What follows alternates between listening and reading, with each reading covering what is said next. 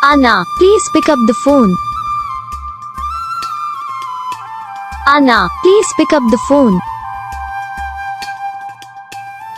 Anna, please pick up the phone. Anna, please pick up the phone. Anna, please pick up the phone.